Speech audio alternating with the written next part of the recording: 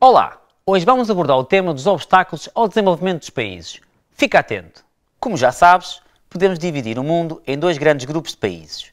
Os países desenvolvidos, concentrados no hemisfério norte, com exceção da Austrália e da Nova Zelândia, e os países em desenvolvimento, concentrados em África, Ásia, América Central e do Sul.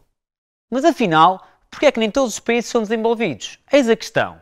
Uma boa parte da resposta a esta pergunta está na existência dos obstáculos ao desenvolvimento. Vamos estudá-los. O obstáculo mais antigo diz respeito à sua herança histórica, pois, como já deves saber, grande parte dos países em desenvolvimento já foram colónias dos países europeus. Vejamos o exemplo da Guiné-Bissau, Cabo Verde, São Tomé e Príncipe, Angola e Moçambique, que foram, durante muito tempo, colónias portuguesas. Mas por que razão o desenvolvimento que ocorreu nos países colonizadores não se estendeu às colónias? Primeiro, porque as potências europeias exploravam as colónias para extraírem os seus recursos naturais, como é o caso de metais preciosos, que depois enviavam para a Europa sem qualquer benefício para as colónias. Segundo, porque os países colonizadores desenvolveram nas suas colónias uma agricultura moderna de plantação, destinada apenas ao comércio internacional, substituindo a agricultura tradicional, que era fundamental às populações locais, pois fornecia os alimentos necessários à sua subsistência. Terceiro, pelas vias de comunicação que foram construídas nas colónias. Neste momento deve estar um pouco confuso, pois sabes muito bem que a construção de vias de comunicação favorece o desenvolvimento. Mas neste caso, estas vias de comunicação foram construídas para fins comerciais, isto é, para ligar as áreas de produção aos portos marítimos, havendo pouca ou nenhuma preocupação em projetar traçados que promovessem o desenvolvimento dos territórios coloniais. Para além dos obstáculos históricos, existem também os obstáculos políticos. Aqui destaca-se sobretudo a falta de democracia de grande parte dos países em desenvolvimento. Como podes ver neste mapa, os índices mais baixos de democracia, que correspondem aos países de tom mais claro, registram-se precisamente nos países em desenvolvimento, como por exemplo a China e a Coreia do Norte na Ásia. Nestes países, a democracia é apenas uma miragem. A falta de democracia é culpa dos regimes ditatoriais que existem em muitos desses países. Os regimes ditatoriais favorecem a exploração dos recursos naturais a favor das classes dirigentes, sem se preocupar em melhorar as condições de vida da população em geral. Promovem a corrupção, o desrespeito pelos direitos humanos, nomeadamente a proibição de fazerem greve.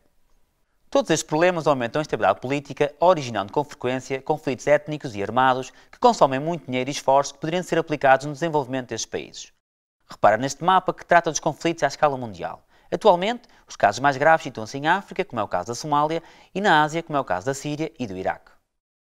Já conheces os obstáculos históricos e políticos. Vamos analisar os obstáculos económicos. Como já deves calcular, a maior parte dos países em desenvolvimento apresenta economias muito vulneráveis e frágeis, pois são fortemente dependentes da exportação de apenas algumas matérias-primas, o que os torna vulneráveis às oscilações dos preços da procura nos mercados internacionais, que definem preços baixos para a sua compra, cuidando dos seus próprios interesses e não do país exportador. Para agravar a situação, a maior parte destes países apresenta uma grande dívida externa, cujo pagamento, com juros, claro, absorve grande parte da riqueza destes países, impedindo a melhoria das infraestruturas de saúde, educação, comunicação, comprometendo o seu desenvolvimento. Este mapa demonstra que os países mais pobres e endividados no mundo situam-se sobretudo em África, agravando ainda mais os seus níveis de desenvolvimento. Agora pensa um pouco, e no cenário internacional, qual é o papel dos países em desenvolvimento? Como é óbvio, todas estas fragilidades económicas limitam muito o seu poder de decisão dentro das organizações internacionais, sendo muitas vezes prejudicados, pois as decisões favorecem normalmente os países mais ricos. Vamos agora falar dos obstáculos naturais. Assim, de um modo geral, pode-se dizer que os países em desenvolvimento localizam-se em áreas mais vulneráveis à ocorrência de catástrofes naturais, como é o caso das cheias. E como tu bem sabes, estas podem originar grandes danos materiais e humanos, agravados pelos escassos recursos de prevenção, salvamento e de reconstrução de infraestruturas destruídas pelas catástrofes. Nas Filipinas, por exemplo, onde são frequentes os tufões com elevado nível de destruição, os meios de resposta a esta catástrofe natural são bastante escassos. Ora vejam.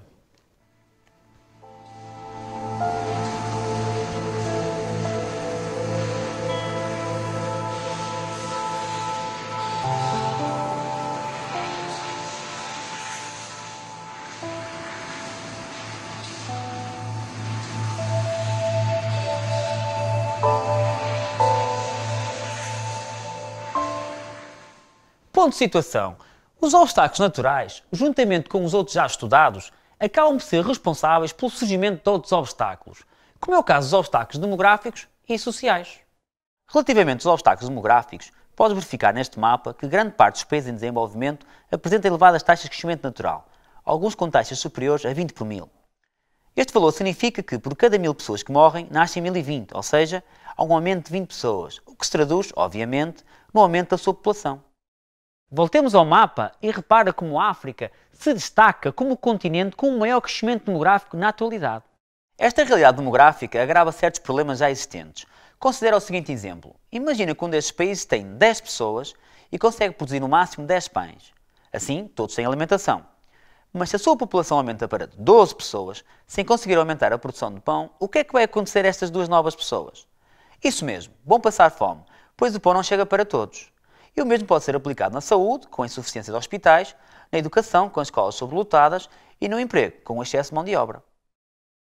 Por último, temos os obstáculos sociais. Estes dizem respeito sobretudo à pobreza e ao desemprego, que caracterizam grande parte dos países em desenvolvimento, onde é frequente, por exemplo, os bairros de habitação precária, também conhecidos como bairros de lata, que crescem junto às grandes cidades, onde as condições de vida são muitas vezes desumanas.